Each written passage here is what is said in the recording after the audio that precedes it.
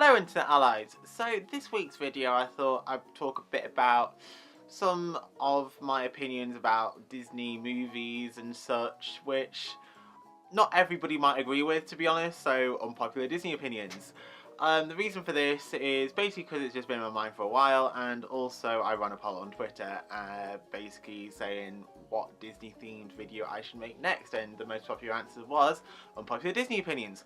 So let's go! Here we go! So here are some of my unpopular Disney opinions, as I'd like to think.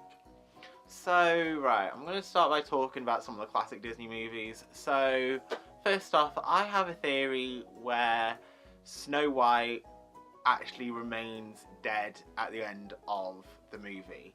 The reason I say this is because the movie ends kind of abruptly, and basically the prince wakes her up and basically she's being carried away by the prince, and like the dwarves are waving her off and everything, and then basically we get like a freeze frame of basically the prince carrying her to his castle. And yeah, and I kind of feel like that might be like a bit of a metaphor for maybe like Snow White dying and going to heaven, maybe. I don't know. That's just a theory. A Disney theory.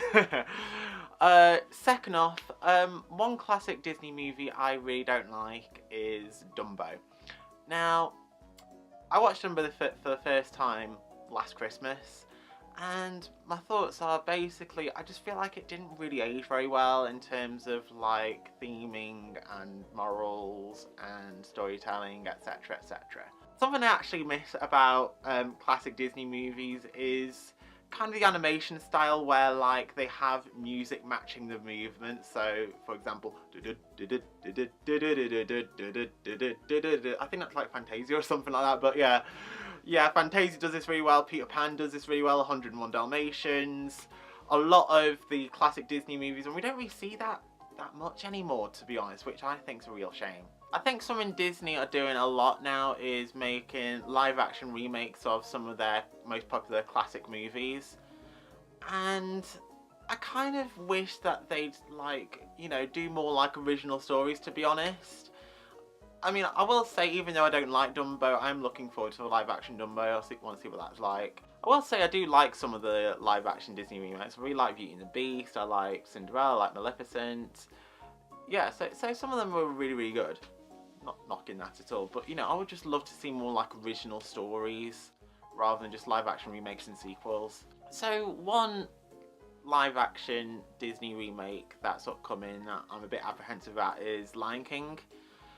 Not only because the animated Lion King is such a great movie, but also I just feel like if it's supposed to be a live action remake, I feel like it kind of like defeats the purpose if like everything in that movie is CGI. I mean, what I would love to see is maybe like a feature film version of maybe the stage show. For example, you know how like in the West End they have like the kind of like puppets and stuff like that, the giant puppets and whatnot, and the animatronics. I think that would be like really cool to basically see on the big screen.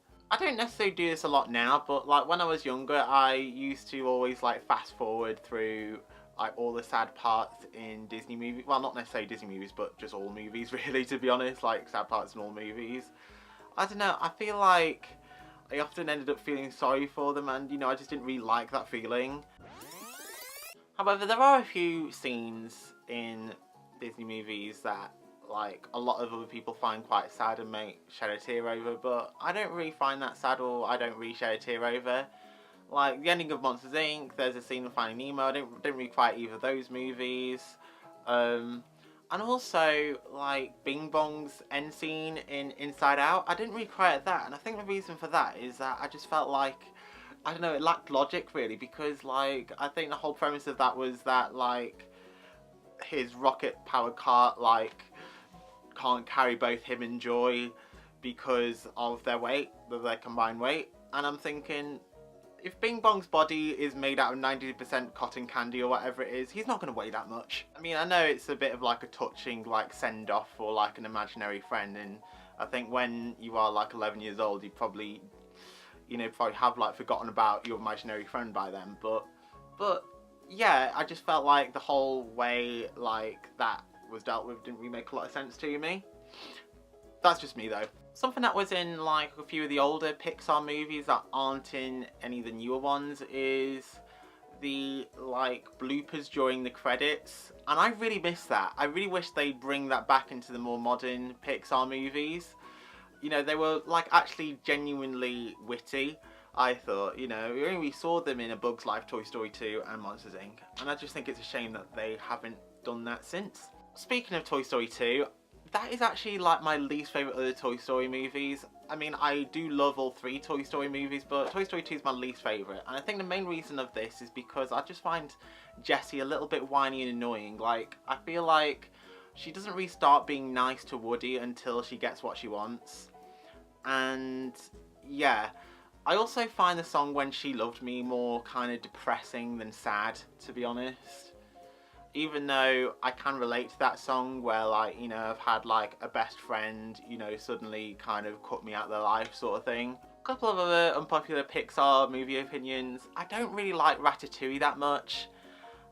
I just find the movie a little bit pretentious, I'm not gonna lie, to be honest. I mean, you know, it's watchable, it's good, but I just don't really like it that much. I also think, like, Monsters University is quite an underrated movie. Like, I think a lot of people sort of, like, overlook it, but I actually really enjoy it. I mean, it might be because, like, I was at university at the time when Monsters University actually came out, but I just really enjoyed it. I found, like, the characters a lot more relatable. I like that they went into a bit more depth of the characters and how they met and whatnot. Hercules is my favourite non-Pixar Disney movie. I just find it really fun and sassy and relatable and stuff, which is great. Rapunzel's my favourite Disney princess, and Tangled is actually my favourite of the modern Disney princess movies. When the whole Frozen hype was at its peak, I never actually found it really bothered me anyway, to be honest. Like, you know, I didn't think the soundtrack was overplayed, I didn't think people were talking about it too much. I think it was genuinely good. I mean, I do like most of the soundtrack, I like the movie. Like, the only song I don't like from the soundtrack is Fixer Upper. That is probably like the worst Disney song ever. How dare they say blondness is unmanly? Blonde is the manliest hair colour, okay? This isn't necessarily exclusive to Disney movies, but one thing I really, really hate in a lot of movies is when about 2/3 of the way in a movie, like, the main character will end up falling out with like a secondary main character or a group of secondary main characters that's basically helped them throughout this journey. They've got on really, really well, like, throughout the movie, and yeah, they just ended like falling out for, like, it just always seems really sudden, and they always end up saying things they don't mean, only to be forgiven then 5 minutes later. You know, I just wish they just removed this plot cliche because it's so annoying. It's probably one of the most annoying plot cliches ever. I mean, I can't actually remember the last Disney movie where this didn't happen. One thing I often see debated is whether or not Sora from Kingdom Hearts is a Disney character or a Square Enix character. And I'm like, why not both? Why not both? He hangs out with Disney characters, he hangs out with Square Enix characters. Like, both Disney and Square Enix seem to have collaborated to make Kingdom Hearts, so why not both? Also, I'd love to see Sora at the Disney parks as well. He deserves more recognition. Sora for Smash as well. So yeah, I think out of all the High School Musical movies, the first one has the best soundtrack but the worst plot. And I think the reason for this is because it just seems like the entire school freaks out because they find out that people can have more than one hobby. I feel like High School Musical 3 is kind of like the opposite of High School Musical 1. Like, it probably has like the least catchy songs, but it probably has like the best, most realistic plot, where, like, you know, everybody's like working out what they kind of want to do with their futures and stuff, and, you know, where they want to go to college or university or whatever. So yeah, that's it for my unpopular Disney opinions, guys. Please let me know what your unpopular Disney opinions are down below. I want to have like a bit of a healthy discussion in the comments because, yeah, I'd love to hear what your unpopular Disney opinions are. I wonder if you agree with any of my unpopular Disney opinions. That'd be great. If you don't, then that's also fine. They're just opinions at the end of the day. You know, I'm not wrong, you're not wrong. So yeah, let's have a healthy discussion in the comments. Okay, if you enjoyed this video, please give it a thumbs up. For more Disney videos, click on subscribe. And as always, guys, I hope you have a wonderful day. And until next time, Team Love blasting off again. Bye-bye!